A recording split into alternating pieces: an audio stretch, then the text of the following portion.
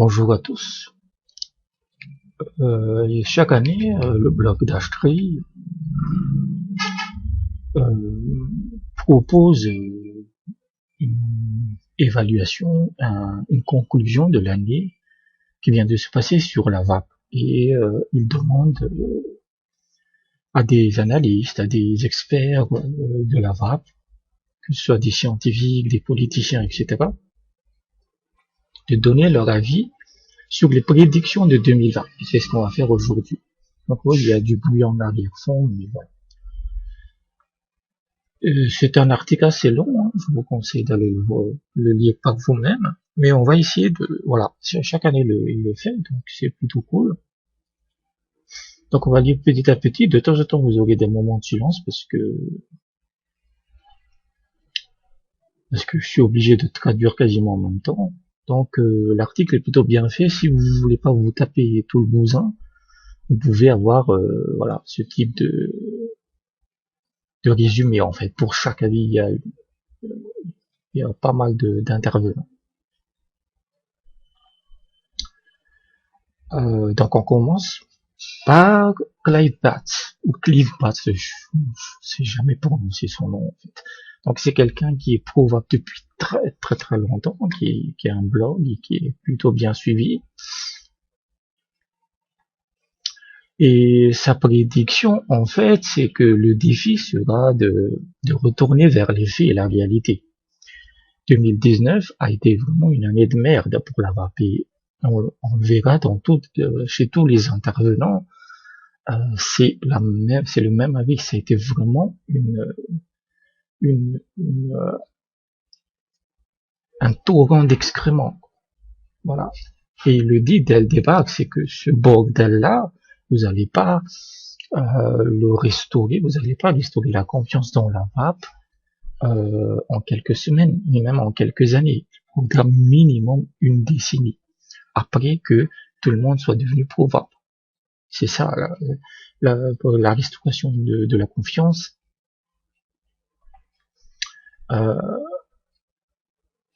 Et ça prend énormément de temps en fait.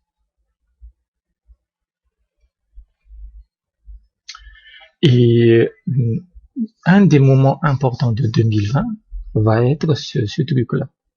Le FCTC COP 9, qui se tiendra en novembre 2020 et qui est une espèce de conférence d'événement de l'OMS.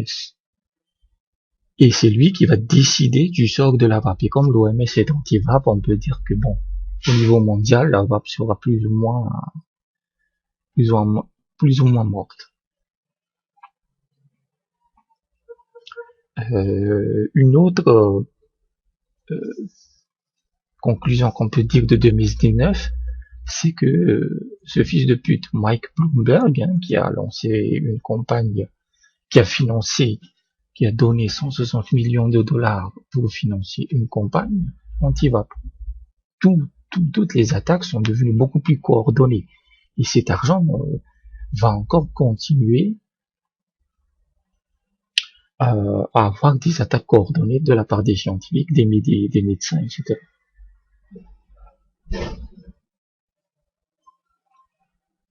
Voilà.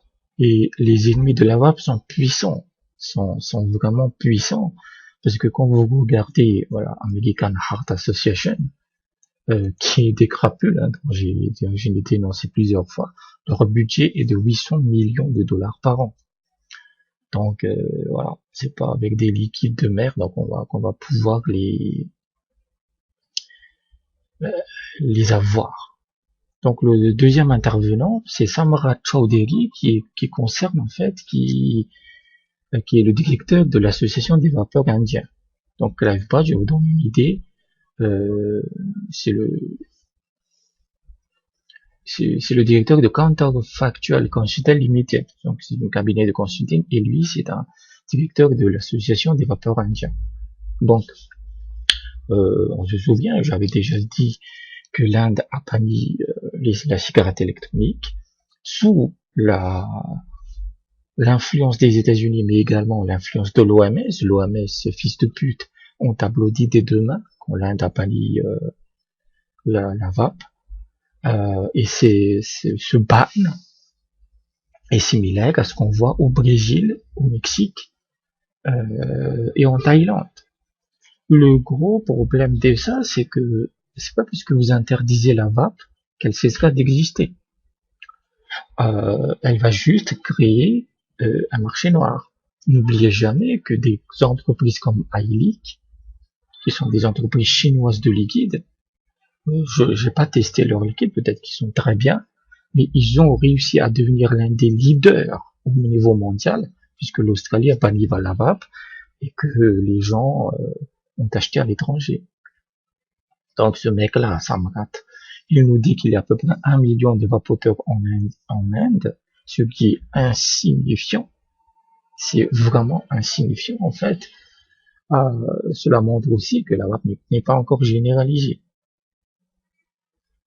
Donc,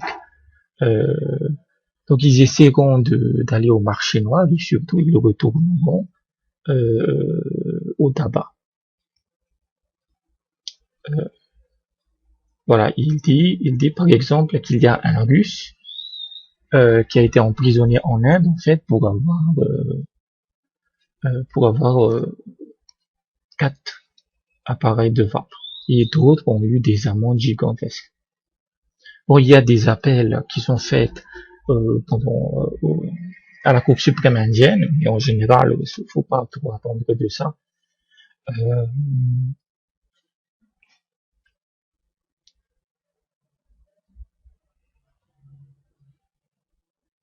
Après, ils espèrent en fait que l'Europe elle reste le continent le plus pro-vape au monde, même si c'est pas encore ça. L'influence européenne sur l'Inde pourrait permettre aux vapoteurs indiens de dire que ce que vous faites c'est de la connerie en fait. Mais je ne pense pas qu'il y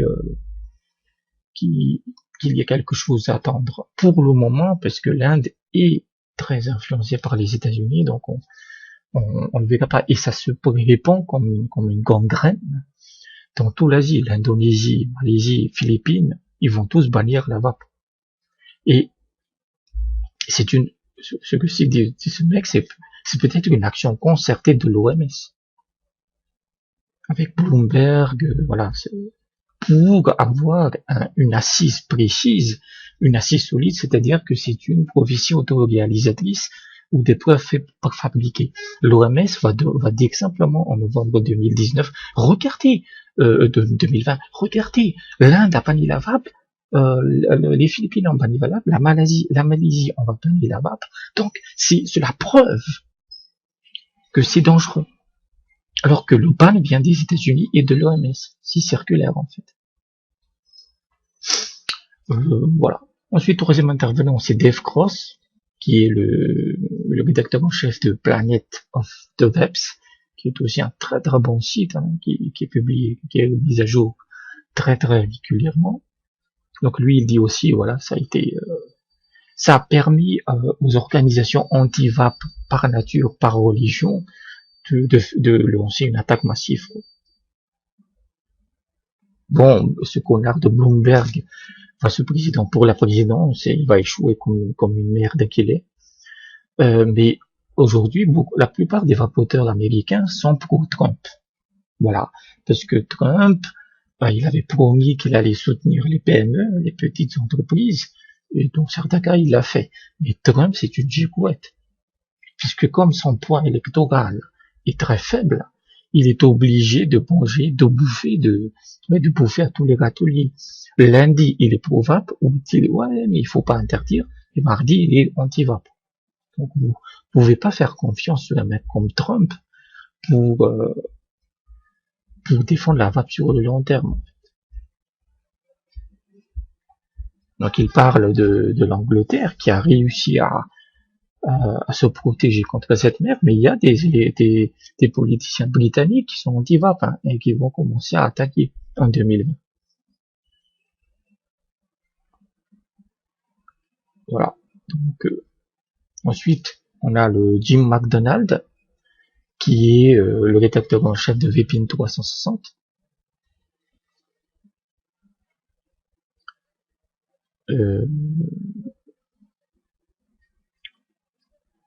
Donc il dit que l'année 2020 sera encore pire. Et elle va pas être mieux que 2019, je pense qu'elle sera pire.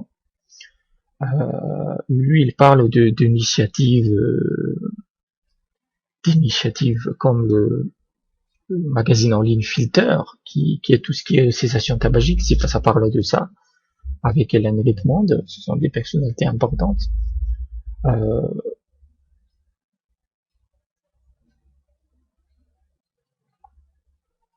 Voilà.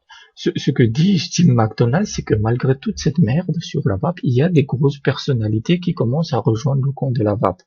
Donc on a parlé de la Hélène, là, Hélène Redmond. Il y a aussi Ethan Nadelman, qui a vraiment qui est très influent en fait sur les mouvements, sur les politiques sur les réformes de politique, sur tout ce qui est drogue et compagnie. C'est quelqu'un de respecté dans le monde entier. Voilà. Ensuite, il dit, voilà, ce qu'il faut, il faut aussi convaincre les démocrates. Parce que les démocrates sont pires que tout le reste, en fait. C'est les gauchistes américains et les gauchistes français aussi sont les pires anti-vape que je connaisse. Donc il va falloir les convaincre. Après, ça se politise un peu puisqu'il dit oui, minorité LGBT, moi je m'en bats les couilles, pour être honnête.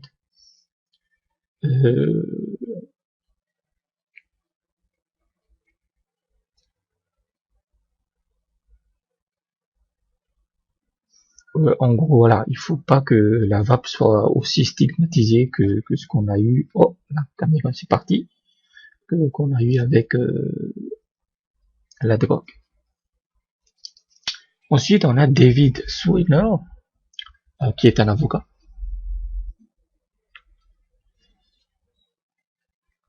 Lui, il parle de situation dynamique, c'est-à-dire que voilà, tout ce qui est actualité de la vape, ça change très très très rapidement. Voilà, c'est moins dangereux que la clope. C'est une technologie disruptive. Je déteste ce mot de merde. Voilà, c'est pas une nouvelle technologie puisque la cigarette électronique existait dès les années 30. Il y avait pas mal de brevets qui existaient aussi dans les années 80. C'est Big Tobacco qui a tout détruit en fait. Voilà, malgré l'émergence de cette vape, ça doit être une bonne nouvelle la vape, mais tu vois, cet effort coordonné de détruire la vape. Ça, la science, la raison et l'humanisme sont abandonnés en faveur d'objectifs et d'aiguilles.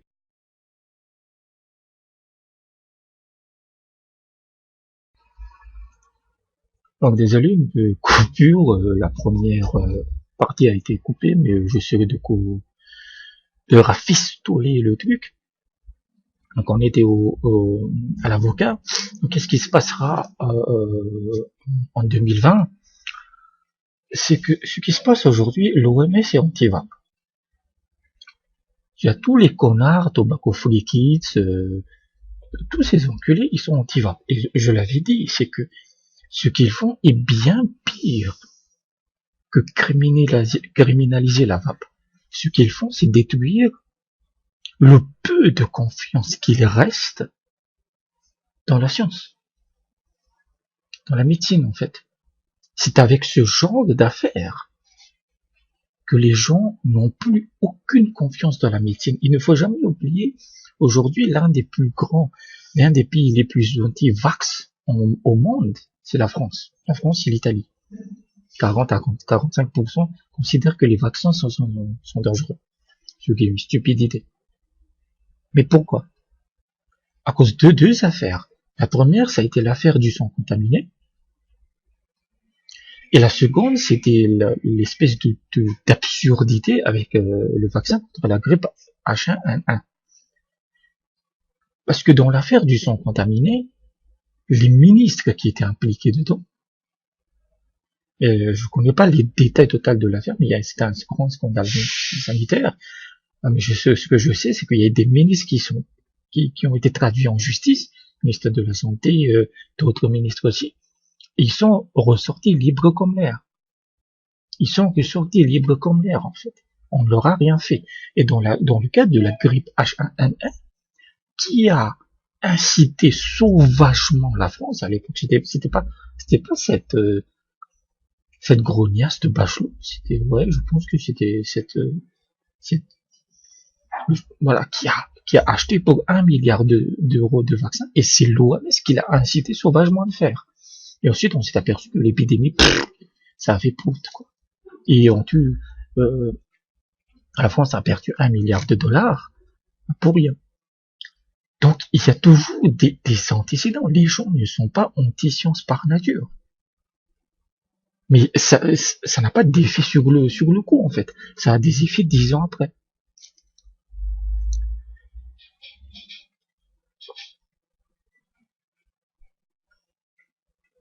Et ce qu'il dit, cet avocat, c'est dans de nombreux de pays, nous avons la mort de la vérité et l'auto-immolation de la crédibilité de nombreux politiciens et d'agences gouvernementales.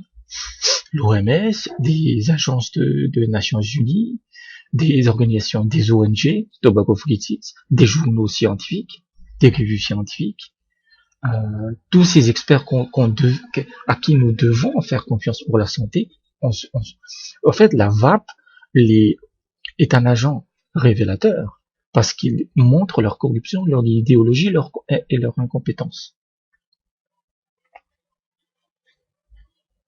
Ce qu'il dit en tant qu'avocat, si c'est une entreprise qui aurait fait ces pratiques, je les aurais mis en faillite. C'est ce que dit cet avocat en fait. Mais on peut pas attaquer un gouvernement, on peut pas attaquer l'OMS en fait. Et la crédibilité de ces groupes sera détruite. Mais ça prendra du temps en fait. Ce ne sera pas en 2020 mais en 2030. Voilà. Quelles seront les conséquences un peu visibles? La colère. Ce sera la colère.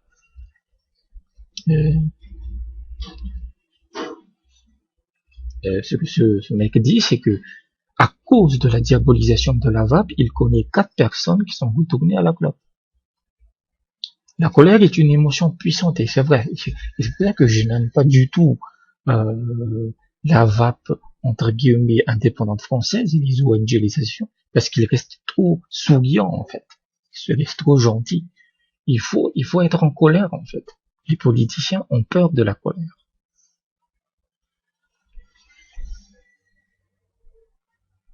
Voilà.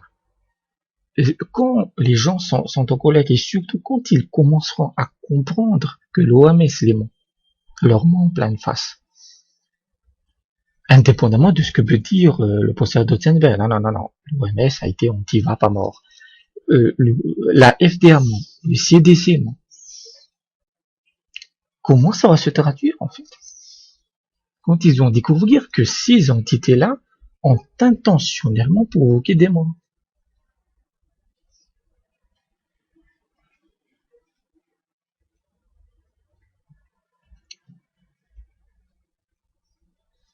Voilà, les gens ne croiront plus les experts en fait. Et c'est ce que je dis, les gens n'auront plus confiance en la vaccination, sur le changement climatique anthropique, etc. Et c'est vrai, je veux dire, les anti-sciences,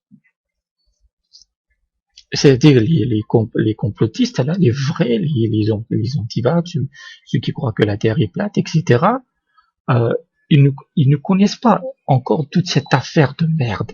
Parce que la vape, c'est un sujet très fermé. Mais lorsqu'ils vont découvrir tout ça, et qu'ils vont découvrir la corruption de l'OMS, de la FDA, de tous ces fils de pute, ça va chier. Ensuite, il faudra pas venir pleurer. Hein. Ensuite, tu as, je sais pas combien d'intervenants. Neil Humber, oui, la vidéo va être longue. Neil Humber, qui est, on n'a pas, ouais, ça semble être un auteur sur ici clique. Ok, ça doit être un site, c'est un site de vape. Moi j'avais vu son avis l'année dernière, ce Neil Humber là. Il avait dit en 2018, décembre 2018, oh la caméra déconne, bon c'est pas grave. Il avait dit en 2018 que le 2019 sera le clou dans le cercueil de la vape. Il avait raison, putain. Quand même change constamment comme une jouette. Voilà. Et 2020, en plus de la conférence de l'OMS, il y aura la PMTA, Pre-Market Tobacco Agreement, qui est que la FDA oblige chaque aspect de la vape à passer une certification de la FDA, c'est-à-dire à ce qu'il soit considéré comme un médicament. Et ça va détruire, ou plutôt ça va changer radicalement la vape pour toujours aux États-Unis. Aux États-Unis, tout produit de vape en avril 2000, tout produit de vape qui n'a pas la certification de la PMTA sera supprimé du marché américain. Ce sera considéré comme illégal. Voilà. Et c'est impossible pour des petites entreprises, pour des fabricants liquides, ce qu'il dit là, voilà. Pour chaque article, pour chaque item, c'est 460 000 $, le coût. C'est-à-dire que quand tu es un fabricant qui commercialise un kit, eh ben, c'est quasiment, minimum deux fois 460 000 $, parce qu'il faudra que tu aies la certification de l'atomiseur, mais aussi de la box. Mais la FDA peut aussi demander des certifications sur les accus, et surtout sur les liquides. Moi, j'avais vu un article sur un liquide, il demandait la certification de l'ensemble du liquide, mais également, ah putain, c'est le trafic routier, de chaque composant individuel, c'est-à-dire c'était 460 000 pour la PG, 460 000 pour la VG, 460 000 pour la nicotine, 460 000 pour les arômes. Et quand tu mélanges l'effet cocktail, c'est connard d'écologistes balancent à longueur de journée, je hais les écologistes. Voilà, c'est minimum, c'est 1 ou 2 millions. Personne n'a autant d'argent. En plus, tu as Bloomberg qui va continuer à attaquer.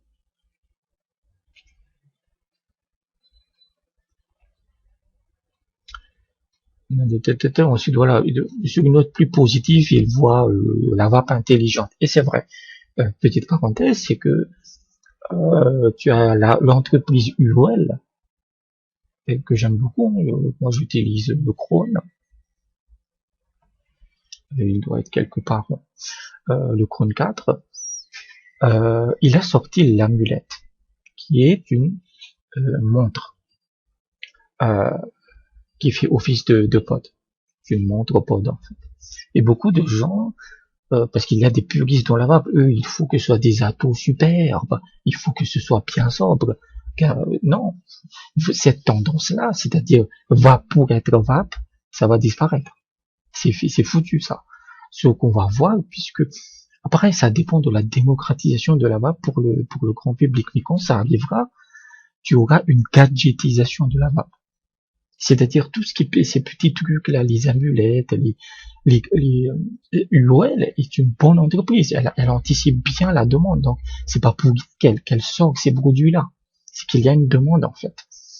Et la vape intelligente. C'est-à-dire que tu auras de plus en plus d'appareils qui seront connectés à des applications de smartphone ou qui auront leur propre application de smartphone. Et c'est très bien parce que ça permet d'avoir des données biologiques en fait, liées directement à la vape. Imagine, moi, je vous donne juste un exemple, c'est fiction, je ne sais pas si c'est possible, je pense que c'est possible. Imagine que tu as un appareil, voilà, un atomiseur, un kit, tout ce que tu veux. Il est intelligent, smart. Vous voyez les doigts ici, smart, voilà. Smart. Et cet appareil connecté, avec une puce, avec du Bluetooth, tout ce que tu veux, il serait connecté à une application de smartphone. Ce smartphone possède un mesureur, un appareil pour mesurer le rythme cardiaque. Et voilà, imagine qu'il y a 10 000 personnes qui achètent ce kit et qui l'associent à ce mesureur de rythme cardiaque. Et ben, tu laisses passer 1 an, 2 ans, tu leur dis, voilà, tu leur donnes des petites carottes, tu leur, les giveaways, tu dis, ouais, on te fournit la résistance cardiaque, tu donnes des incitations, parce que j'adore les trucs gratuits. Tu fais un suivi de 2 ans. Allez, 1 an, non, 2 ans, c'est pas mal. 2 ans, 10 000 personnes échantillons, et qu'est-ce que tu as comme statistique? Tu as, les données de la VAP, ce seront des données anonymisées. Il n'y aura pas de nom, etc. Juste le modèle de l'appareil et qui peut enregistrer, par exemple, le nombre de puffs. Après, il peut pas vraiment, l'atomiseur aujourd'hui ne peut pas encore détecter le taux de nicotine. Mais après ça, c'est du self-reporting. Il faudrait que ces 10 000 personnes fournissent le taux de nicotine en moyenne et en fait, et les liquides, donc ils peuvent vaper en fait, et tu peux relier les deux.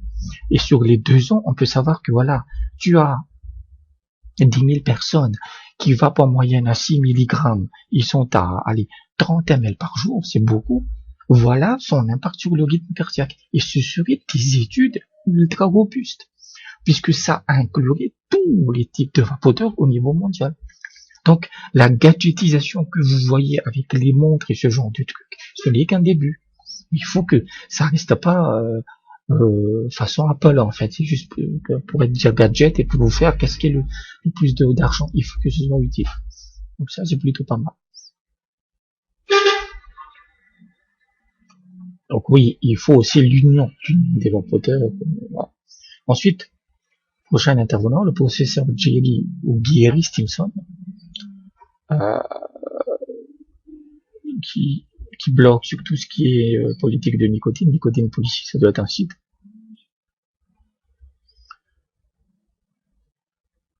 Ce qu'il dit en fait, et on a en fait Bloomberg et l'OMS et le CDC ont déclenché ce qu'on appelle le reefer madness. Faites une recherche sur ça. Le reefer madness, c'est un film qui est sorti, je sais pas quand, c'était en 1970, et qui a été financé par une église et qui diabolise la drogue. Un reefer madness, c'est-à-dire que ça disait que si les enfants, les jeunes, les adultes, tout le monde papait du cannabis, ils deviendraient fous. Ils basculeraient dans la folie, l'Amérique tomberait dans le chaos, il y aurait des millions et des millions de morts là. C'est voilà, la fabrication de la peur.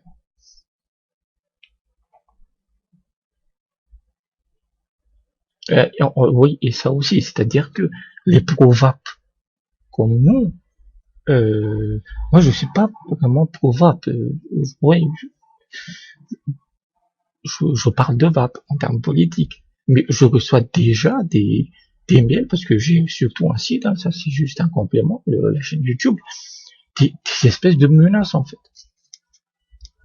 Voilà, j'ai eu quelques messages, on va te trouver, etc. Tu es corrompu par Big Vape, ouais. Je suis corrompu par Big Vape.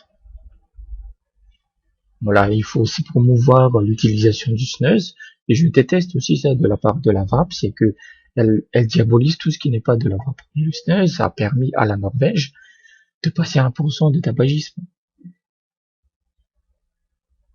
Voilà. Ensuite, Ari Shapiro, qui est aussi le responsable de Drugwise, qui est un blog.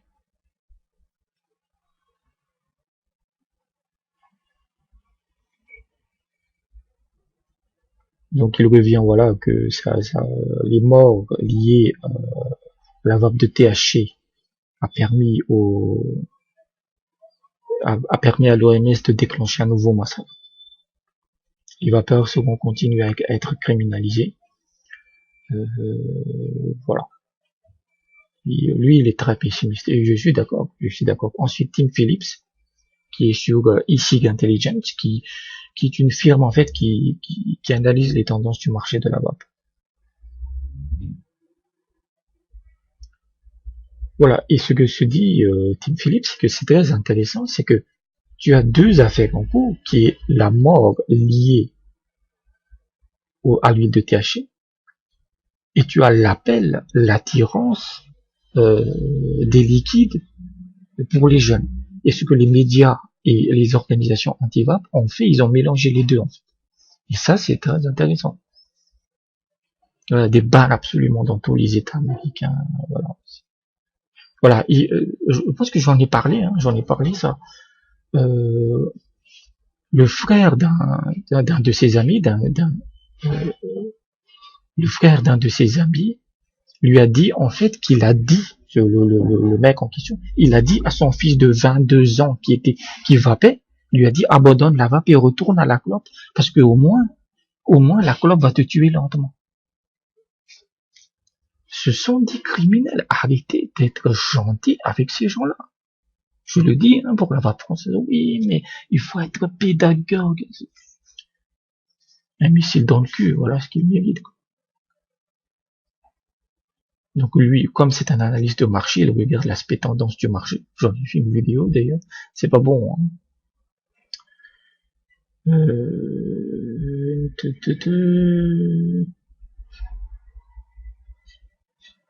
Voilà, l'influence des États-Unis, on la retrouve en Inde, en Chine, etc. Le chaos va continuer, c'est évident. Le marché de la vape aujourd'hui représente 14 milliards de dollars. Juste pour vous donner une insignifiance. À quel point le secteur de la vape est insignifiant. Parce que les revenus des taxes des cigarettes en France, c'est 15 milliards par an. Voilà. Un seul pays rapporte plus à ce pays que la totalité de la vape. Et la vape n'est pas taxée. Voilà, il voit un déclin de 14% pour les États-Unis. Voilà. Bon. Sur le long terme, il est optimiste, il est normal. Il va quand même donner de bonnes nouvelles. Moi, je suis pas optimiste. Ensuite, tu as Martin Kulip, qui est c'est un des responsables, le président de la New Nicotine Alliance, la NNA, qui est une grosse organisation en Angleterre. Voilà, il dit qu'il n'y a pas encore d'autres forces beaucoup plus puissantes qui vont rejoindre l'anti-vape. Voilà, il y a encore des démons bien plus immondes dans les profondeurs de l'anti-vape, comme disait l'autre. Voilà, les 60 millions, je peux vous dire que les scientifiques, là, ils vont se précipiter dessus comme des prostituées le samedi soir au bois de Boulogne. Voilà, donne-moi de l'argent, oui, je vais mentir. Je connais la science. Je suis vulgarisateur scientifique depuis 5 ans. Je connais les coulisses de la publication scientifique, les mecs. Donc ne vais pas me dire que ouais, la science est indépendante. Non, elle ne l'est pas. C'est pour ça que je suis de plus en plus critique envers la science. Voilà, les politiciens britanniques commencent aussi à faire de l'anti-vaping.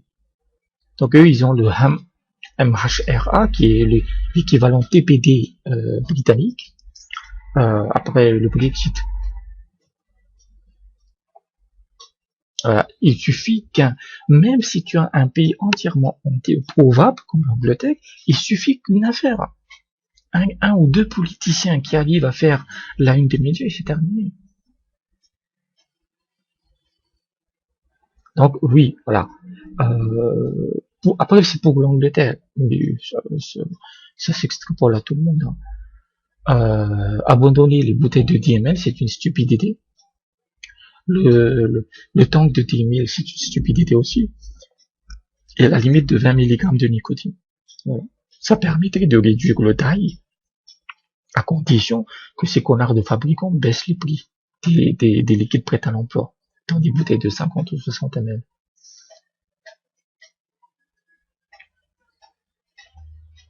Voilà, il dit que oui, il faudra se lever de très tôt pour continuer à batailler. Louise Ross, prochain intervenant. Donc, ce qu'il dit que voilà, la plupart du temps, en 2020, on va passer notre temps à éteindre les feux allumés par l'anti-vape. Tout le monde parle de ce Bloomberg, c'est vraiment quelque chose d'important, en fait. Ensuite, tu as là où je sais pas, Bon, je vous dis là, le docteur Attila, si on avait Attila le Hunt, Dieu prouva, putain, ça aurait été génial. Il aurait exterminé tout le monde, tous les antivapes. Docteur Attila Danko, il vit comme un australien, mais il ne parle pas de l'Australie. C'est un peu dommage. Bon,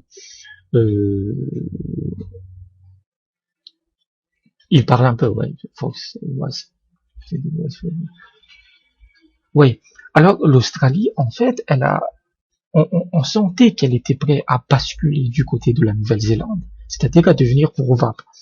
Je parlais de iLeak, oui, je pense que j'en ai parlé, qui s'est développé parce que l'Australie a banni, c'est vraiment un ban total. C'est pas une interdiction absolue, mais tout ce qui est nicotine est banni, donc les gens commençaient à acheter.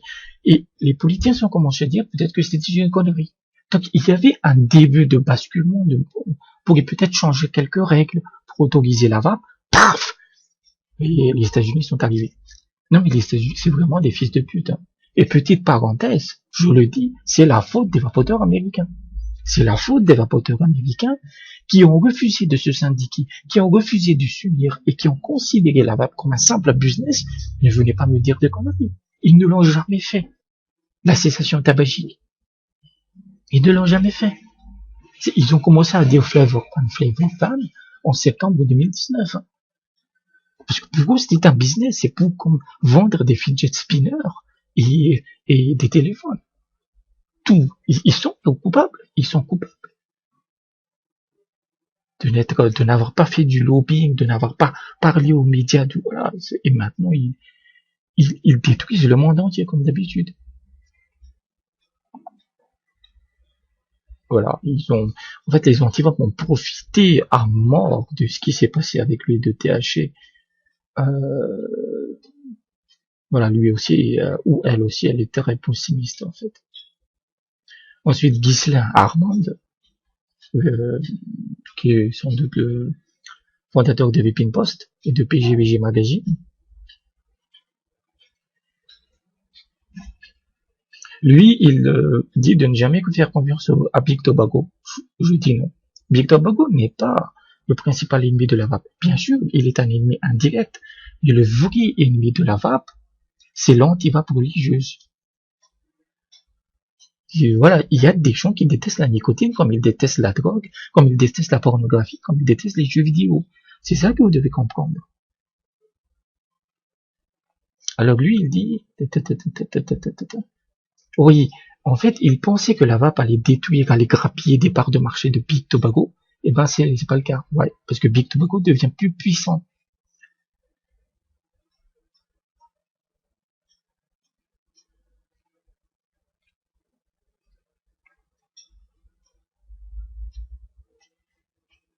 Voilà, lui, comme il est profondément anti-Big Tobacco, et je le comprends, il n'y a aucun souci, mais pour moi, c'est pas la cible principale. Ce qu'il dit, c'est que vous avez remarqué une petite chose, au passage. Le tabac chauffé n'est pas diabolisé. Le tabac chauffé, il n'est pas diabolisé.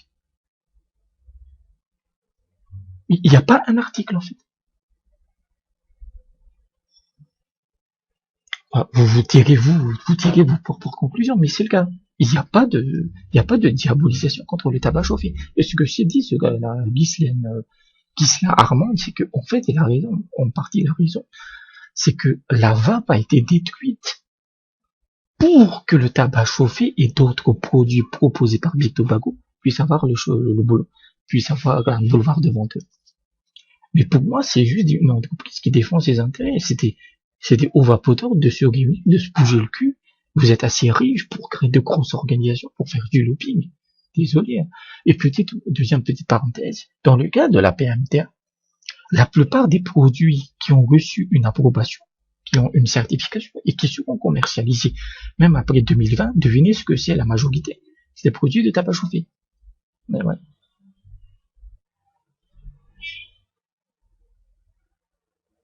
Ouais, la communauté de la vape devient plus puissante, elle est surtout plus développée. Ensuite, Joseph, plus divers, plus de fragmenter, en fait. On n'arrive pas à s'unir, en fait. Parce qu'on est constamment dans des querelles intestines. Toi, tu vas sur des clones. Oui, mais toi, tu vas pas encore à 20 milligrammes. Comment est-ce possible? Ah, tu aimes les pods? Moi, j'aime pas les pods. Des cours, des gamins dans une cour de récré. Ensuite, Joseph Magero. Lui, il regarde pour des alternatives plus sûres au tabac, et lui, il regarde l'Afrique. Donc, les Seychelles ont levé le ban sur les cigarettes électroniques en 2019. Moi, j'habite à Madagascar, donc à Madagascar, le gouvernement, ils sont pas les couilles. Même si, pour les médias et pour une partie des ministères, ils sont anti-vape, ici, quand vous venez à Madagascar, je vous le dis, hein, un petit conseil, quand vous allez chez le médecin, un médecin local, ne dites jamais que vous vapez. Il est capable de vous faire sortir il refusera de vous consulter. Ah si, on en est là ici. Il faut pas dire qu'on vape, en fait. C'est dangereux. Donc ouais, les Seychelles ont levé le ban des produits plus safe, plus sécurisés, incluant l'IQOS, qui est le tabac chauffé. Et il y a une croissance qui commence à arriver en Afrique. Et je l'avais dit en fait, il fait du marketing, le mec. Après, c'est un peu caricature, oui, mais l'Afrique, tu sais, c'est pas totalement pauvre aussi, majoritairement. J'avais dit sur la vape, sur la pauvreté, c'est que actuellement, l'industrie de la vape, elle ne propose aucun produit pour les pauvres. Parce que pour un vrai pauvre, hein, dans un pays pauvre, un truc à 10 balles, c'est déjà très cher. Voilà. Et Tobacco Free Kids, là, les enculés, ils sont déjà en Afrique. Voilà, encore le FCTC COP9, il faudra vraiment faire un lobby monstre. Et pour ça, il faut être unis. Il faut être unis, en fait. Il faut être l'union de tous les vapoteurs au monde. C'est ça qu'il nous faut maintenant. Voilà, il espère des disruptions. Bon, on s'en fout. Professeur Mariva Glover, donc lui, il est plus dans le côté indigène de la Nouvelle-Zélande. Voilà. Il brode un peu en disant, nous promettez une société technologique. Ouais.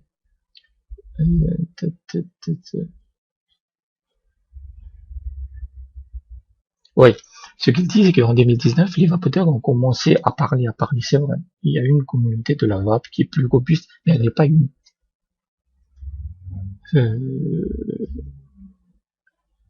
En fait, ce qui est intéressant, peut-être que c'est une impression, moi j'ai pas les données, mais malgré toute la diabolisation de la vape, les gens ont confiance un peu dans la vape. Il y a toujours des gens qui en ont peur, mais ça n'arrive pas à détruire totalement du truc. Et si on est suffisamment, il faut des dizaines de millions, il faut vraiment qu'on soit beaucoup.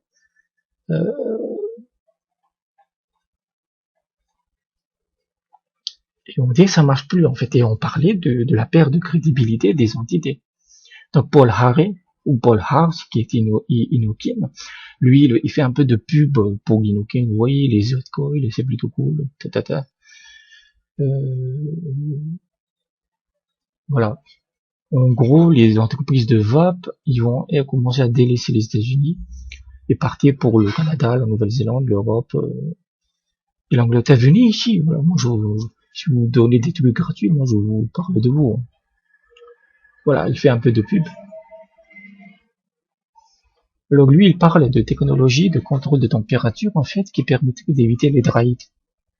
Oui, parce que la dernière lubie des scientifiques, c'est qu'ils, je sais pas si vous allez voir sur Vapopolitique, la dernière lubie, ils ont demandé à des enfants de faire une étude scientifique. C'est des gamins. Les mecs, ils ont pris, c'était quel coil, c'était de l'aspire. Des coils aspire ou des coils inutiles, je me rappelle plus. Les coils, ils sont conçus pour vaper maximum à 80 watts, 60 à 70 watts plutôt. Et les mecs, ils ont vapé le truc, ils ont mis les coils dans la dos, et ils ont mis ça dans une box, ils ont vapé à 200 watts. Bah oui, il y a des dry heat. Les dry heat produisent un peu de substances nocives, mais c'est vraiment minimal. On en est là, quoi. C'est-à-dire que les mecs, ces fils de pute de scientifiques, ils brûlent le coton en restant appuyé sur le bouton fire, hein, sur plusieurs minutes. On dit, oh regardez, il y a des émanations. Putain. Je hais ces scientifiques, putain, vieux. Voilà, il faut deux types d'unions, comme le dit le mec, là. Il faut les vapoteurs qui s'unissent, en fait, et pour ça, il faut qu'ils abandonnent leur corps et l'intestin, et surtout, il faut une organisation commerciale mondiale de la vape. Une organisation ONG qui fait du lobby, mais qui est alimentée par tous les fabricants de vape. Ensuite, je pense que c'est le dernier, ouais, c'est le dernier. Zenizou, qui est un buraliste français.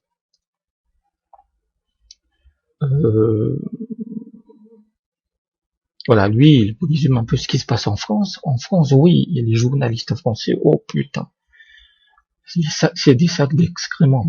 Mais Agnès Buzyn a défendu la vape. On ne peut pas elle a fait preuve de courage. Les ventes en ligne commencent à augmenter. Non, ça stagne. Ça stagne.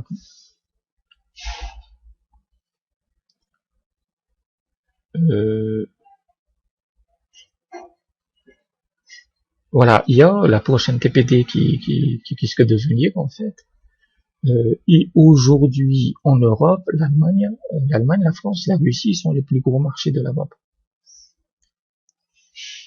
Après, oui, ils pensent que, en fait, la prochaine TPD, il y a beaucoup de choses qui sont discutées, mais c'est des rumeurs. Mais il y a deux aspects. La première, c'est des taxes assez importantes. Et la deuxième, c'est que ce serait interdit de vendre de la vape en ligne pour éviter que les mineurs puissent y accéder. Donc voilà. Il faut que les buralistes font partie de la solution, puisqu'ils peuvent contacter le fumeur. Ils sont en contact de fumeurs tout le temps. Tout le temps. Et c'est pour ça que je n'aime pas la vape, ça me dit toujours, les buralistes sont des cons. Et on voit ce qu'a donné la vape indépendante. Donc voilà à peu près les prédictions, c'est la merde. 2020, ne vous attendez pas du tout à des bonnes nouvelles. Hein. Il faudra être unis. Et c'est pas fini, quoi. Ça vient juste de commencer. La vape au niveau mondial, pour moi, ça pouvait être interdit en 2020. Ma prédiction, elle est là, en fait. Ouais, bah, je commence à faire des stocks, donc voilà. Là, ce que je voulais dire, la vidéo est très longue. Voilà, mais c'était important. Donc merci et à bientôt.